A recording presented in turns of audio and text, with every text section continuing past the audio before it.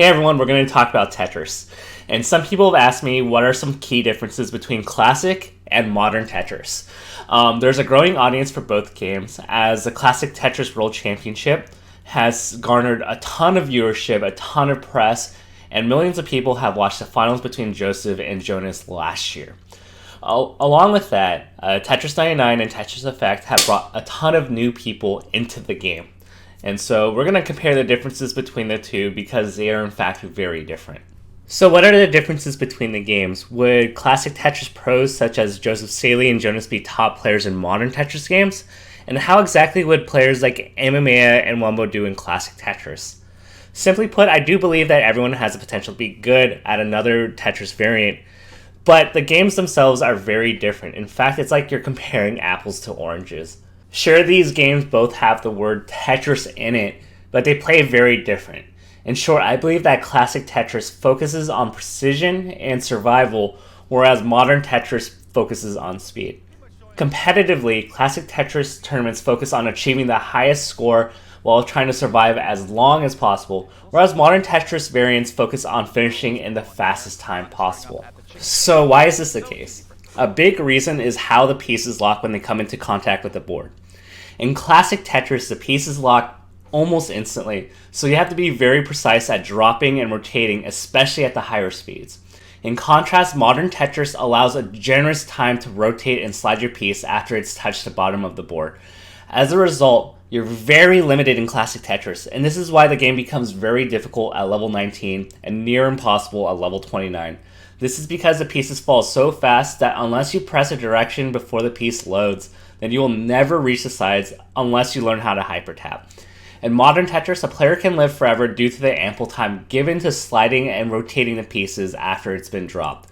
Of course, this does mean that the game developers can make the speeds much faster in modern Tetris. That still makes it an incredible game to watch. Also, modern Tetris introduces hard dropping, which allows you to instantly drop your piece. Whereas in classic Tetris, you can only soft drop or slightly speed up the speed of your piece falling. So this further highlights the speed aspects, especially in modern Tetris. There are also a ton of quality of life improvements in modern Tetris, namely with the random piece generator. In classic Tetris, the random generator is a pure 1 out of 7 probability for each piece. However, this means that you can't apply gambler's fallacy, in that if you haven't seen that line piece for a really long time, then it doesn't necessarily mean that you will see a line piece soon.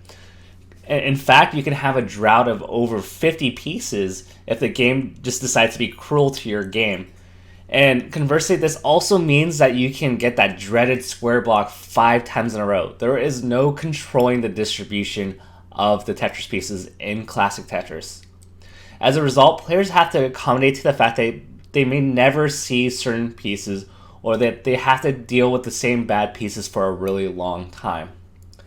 Now, in modern Tetris, you have a grab bag random piece generator, meaning that you are guaranteed one of each piece in a sequence of 7 pieces. This makes it so you can't receive the same piece more than 2 times in a row, and the longest drought that you can technically have is effectively 12 pieces.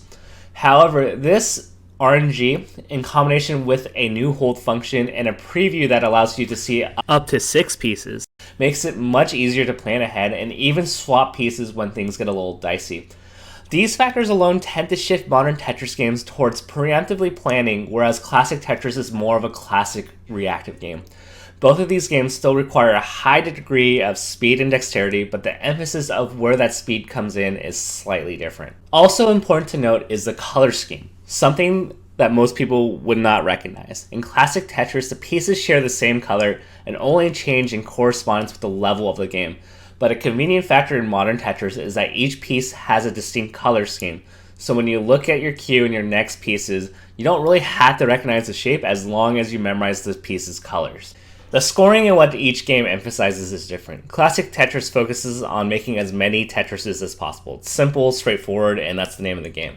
This is what gets you the most amount of points, and this is what's going to help you win the World Championship. It's maximizing the number of Tetrises that you can get. Modern Tetris adds new mechanics such as T-spins, consecutive line break combos, and back-to-back bonuses, and even all clears. Some classic Tetris players may scoff at this idea, as a Tetris should be the most rewarding aspect of the game, but the ability to score in other ways does add an interesting dynamic to the game. Speaking of T-spins, modern Tetris also has a different rotation system. This is why you can see pieces fit in many unique ways that you wouldn't see in classic Tetris. One example comes from the T-spin triple, where you think that the piece shouldn't fit, but it does due to how the game checks what is a legal rotation. Additionally, you'll see that other pieces can fit in unique situations in ways that you never really thought could happen. So overall, what do I think of both variants of Tetris? Actually, earlier this year, I played a bunch of classic Tetris on my stream, but I initially wrote it off because I wasn't impressed by the speed that the game was played at, so I thought it would be easy. But I was so wrong on that assessment, and now I have a tremendous respect for all the competitors that play at the Tetris World Championships every year because I struggled so hard with the game. I have tremendous respect for the players that can do level 19, level 29, max out. It just blows my mind. If you have never watched Classic Tetris, I highly recommend that you watch the Classic Tetris World Championships every year. There are a lot of VODs from the prior years. There's a tremendous amount of skill, great storylines. But before we close this video, I also have to point out there are a few players that specialize and do incredibly well in both versions of Tetris. Players like Corian and Green Tea made it really far in the Classic Tetris World Championships, and they are also incredibly good world-class players in modern Tetris variants. Hopefully you guys enjoyed this little video on Classic and Modern Tetris. Let us know in the comments which do you prefer and why. Thank you for watching.